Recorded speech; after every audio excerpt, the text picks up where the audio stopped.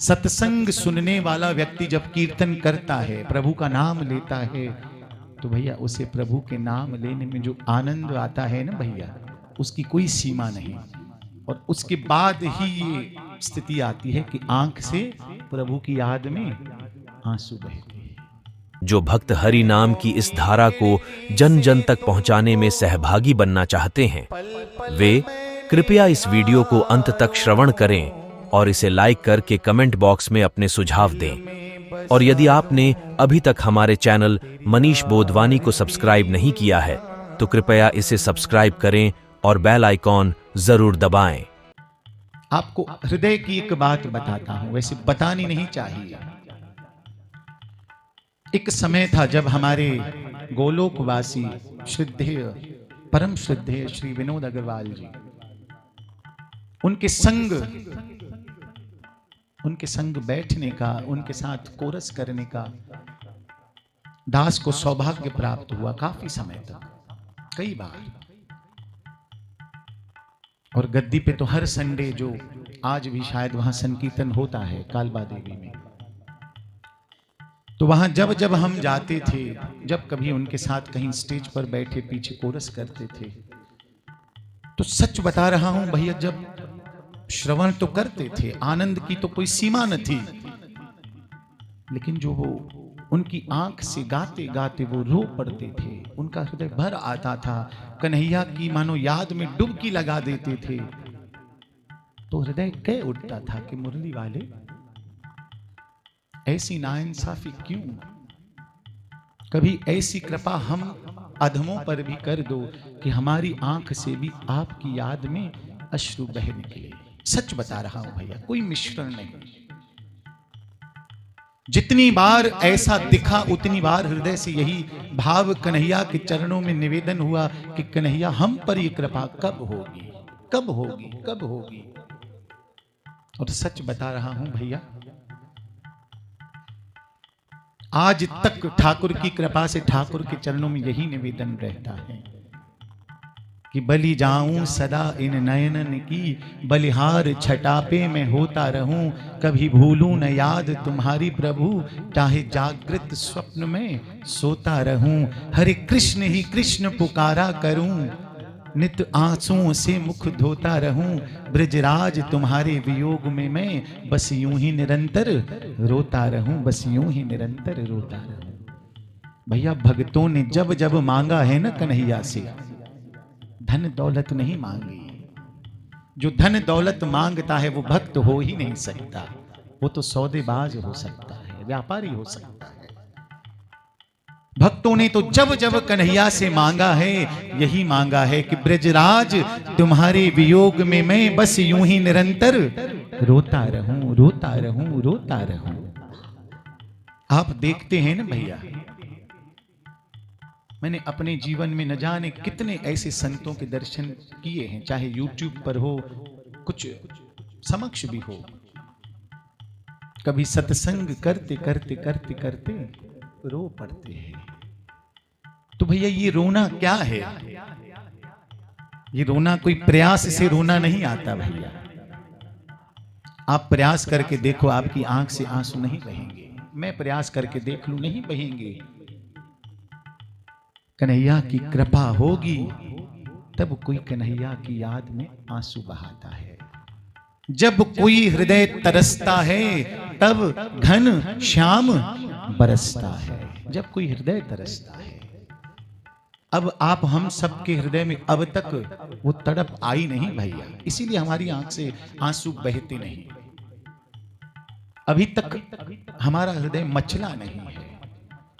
आप हम सब नित्य गाते हैं कि जग रोक न पाएगा,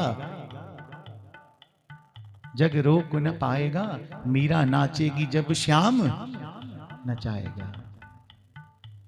तो वही अब ठीक वही बात है कि कोई रोएगा भी तब जब श्याम रुलाएगा।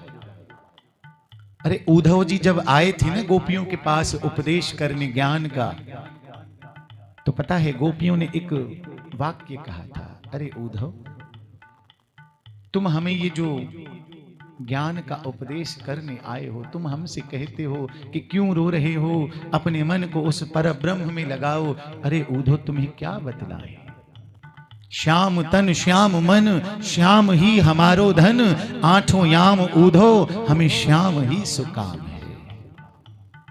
अरे ऊधो, हमारे पास एक ही तो पूंजी है, एक ही पूंजी है, और वो पूंजी कौन सी है? कन्हैया की विरह, उसकी विरह में रोना, यही हमारी पूंजी है। और वो पूंजी भी तुम हमसे छीनने आए हो, लेने आए हो। नहीं ऊधो, जा जावे ऊधो तुरे आ जा, दुखियानु सता के की लेना, और जेरे जख्म श्याम ने लाए हैं, असी जख्म अघा के की लेना। तो भैया कहने का अर्थ इतना ही था कि संसार किस दिशा में जा रहा है हमें कोई फर्क नहीं पड़ना चाहिए।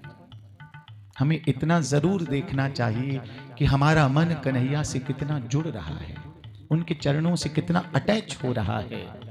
अगर हो रहा है तब तो गाड़ी सही दिशा में आगे बढ़ रही है, और अगर नहीं हो रहा तो मंथन करना चाहिए क्यों नहीं हो रहा। और एक बात, बहुत ही महत्वपूर्ण बात है भैया, देखो जो व्यक्ति नित्य सत्संग श्रवण करता है ना, और अगर सत्संग नित्य जिसके जीवन में है, और वो आकर जब संकीर्तन पर बैठता है, तो आप देखेंगे आज नहीं तो कल, कल नहीं तो परसों, उसकी आंख से कन्हैया की याद में आंसू अवश्य गिरेंगे, बहेंगे। और अगर कोई बिना सत्संग श्रवण करता हुआ व्यक्ति संकीर्तन में आता है, प्रभु का नाम पुकारता है, गाता है, रटता है, आनंद तो उसे भी आता है, ऐसे नहीं कि उसे आनंद नहीं मिलेगा, उसे भी आनंद मिलेगा। लेकिन जो सत्संग नित्य श्रवण करने वाला व्यक्ति जब कीर्तन गाएगा, सुनेगा, तो उसे कीर्तन गाते गाते वही सब प्रभु की लीलाएं स्मरण होंगी, उसे याद आएंगी कि अरे मैं जिस मुरली वाले का नाम गा रहा हूं वो वही मुरली वाला है जिसने पूतना को भी मां की गति दे दी। भैया ये वही मुरली वाला है जो उन बाल सखाओं के संग ऐसे खेलता है मानो साधारण सा ग्वाला हो, पर तीनों लोगों का रचयिता होते हुए भी अपने मान को मानो छिपा लेता है कि मैं तो साधारण हूं। प्रबल प्रेम के पाले पड़कर प्रभु को नियम बदलते देखा, और अपना मान टले टल जाए पर भक्त का मान न टलते देखा। मैं उस दिन श्रवण कर रहा था कि जब मां यशोदा कन्हैया को बांध रही थी ना भैया, तो नारद जी आश्चर्यचकित हो गए, बोले अरे यशोदा तेरे भाग्य की क्या कहें, अरे यशोदा तेरे भाग्य की कौन कहे। प्रभु थर थर कांप रहे हैं और मां यशोदा कन्हैया को बांध रही है, और नारद जी यह दृश्य देखकर मानो प्रभु की लीला को नमन कर रहे हैं कि वाह प्रभु, कहां तो आपके नाम से आप अपनी भ्रकुटी तक हिला दें तो पूरा विश्व कांप जाए, और यहां आप मां यशोदा के आगे थर थर कांप रहे हैं। वाह मेरे प्रभु आपकी लीला। तो ये सब क्यों? ये केवल प्रेम भैया, केवल प्रेम। तो मैं आपसे ये निवेदन कर रहा था कि प्रयास करना, और मैं अपने जीवन की कहूं तो भैया मैं भी नित्य केवल प्रयास ही करता हूं, सफल नहीं हुआ आज तक, क्योंकि प्रभु की माया ऐसी है कि वो चाहती ही नहीं कि जीव सत्संग सुने, जीव कीर्तन करे, जीव कीर्तन में जाकर बैठे। प्रभु की माया ऐसी है। अगर आप हम सब सत्संग श्रवण करेंगे, कीर्तन करेंगे, तो भैया जो माया है ना, उसे अपनी दुकान को ताला लगाना पड़ जाएगा, उसके ग्राहक कम हो जाएंगे। तो माया चाहती नहीं, और माया भैया कोई साधारण नहीं। प्रभु ने स्वयं कहा है कि मेरी माया अति प्रबल है भैया, बहुत प्रबल है प्रभु की माया। तो प्रयास करना, और मुझे भी आशीर्वाद करना कि मैं नित्य सत्संग श्रवण करूं, और भैया आप देखेंगे सत्संग नित्य श्रवण करेंगे ना, 15 दिन 20 दिन 1 महीना गुजरेगा, आप देखेंगे कि भैया गाते गाते आपका हृदय मानो आत्म विभोर हो गया कन्हैया की याद में। और ये होगा, लेकिन होगा कब? जब सत्संग श्रवण करेंगे। और सत्संग किसका सुनना है, ये उससे भी अधिक महत्वपूर्ण बात है, अधिक महत्वपूर्ण बात है। आजकल तो भैया बहुत कुछ देखा जाता है, और मुझे, हम कभी चर्चा करते हैं तो हमें हंसी आ जाती है। कुछ भी चल रहा है और उसे सत्संग का नाम दे दिया जाता है। नहीं नहीं भैया, मैंने किसी एक संत, मानो संत कैसे, एक भक्त से पूछा कि भैया ये जो यहां जा रहे हैं और कह रहे हैं कि मैं सत्संग पर जा रहा हूं, इनका होगा क्या? क्या इनका कल्याण होगा? तो उन्होंने मुझे एक उत्तर दिया, मैं आपको बता रहा हूं। उनके उत्तर ने मेरे हृदय को मानो संतुष्ट कर दिया। उनका उत्तर था कि भैया पहले ये देखो कि जो वहां जा रहे हैं, ध्यान से सुनना भैया, आप हम सबके काम की बात है। उनका उत्तर था कि पहले जो वहां जा रहे हैं ना, पहले उनसे पूछो कि क्या वे अपना कल्याण चाहते भी हैं या नहीं। समझे आप? और सरल भाषा में उन्होंने मुझे बतलाया, बोले देखो भैया, जिसे शक्कर चाहिए, जिसे नमक चाहिए, जिसे मिर्ची चाहिए, जिसे चावल चाहिए, वो कहां जाएगा? वो राशन की दुकान पर जाएगा। और जिसे दवाई चाहिए वो कहां जाएगा? डॉक्टर के पास। नहीं भैया, जिसे दवाई चाहिए वो मेडिकल स्टोर पर जाएगा। ठीक वैसे ही उन्होंने मुझे सरल भाषा में ये बात कही कि जिसे प्रभु चाहिए ना भैया, वो भी उसी स्थान पर जाएगा जहां जाकर उसे लगता होगा कि हां, मेरा हृदय प्रभु से जुड़ रहा है। बाकी कोई आपकी दुकान चलाने के लिए आपको कहता हो कि भैया आ जाओ, आपकी दुकान चल जाएगी, आ जाओ, आपकी रुकी हुई फैक्ट्री चल जाएगी, आ जाओ, आपके जीवन में ये जो तकलीफें हैं मैं दूर कर दूंगा, तो भैया जब तक खुद को छलाना है छलते रहो, छलाते रहो। अरे प्रभु स्वयं इस पृथ्वी पर आए, उन्होंने अवतार लिया, प्रभु ने कितना सुख देखा, आप बताओ कितना सुख प्रभु ने देखा। न प्रभु राम ने सुख देखा, न प्रभु कृष्ण ने सुख देखा। और आप हम सब इसी छलावे में खुद को छलते हैं कि वहां जाएंगे तो हमारी ये तकलीफ दूर हो जाएगी। अरे हमारे संत तो एक ही बात कहते हैं कि बने तो रघुवर पे बने और बिगड़े तो भरपूर, जो रघुवर पे ना बने वह बनवे में दूर। अर्थात जो कार्य आपका प्रभु के नाम से सिद्ध नहीं हो सकता, हमारे संत कहते हैं मैं हस्ताक्षर करके देता हूं, जो प्रभु के नाम से कार्य सिद्ध नहीं हो सकता, वो कार्य संसार में किसी और चीज से बिल्कुल भी सिद्ध नहीं हो सकता।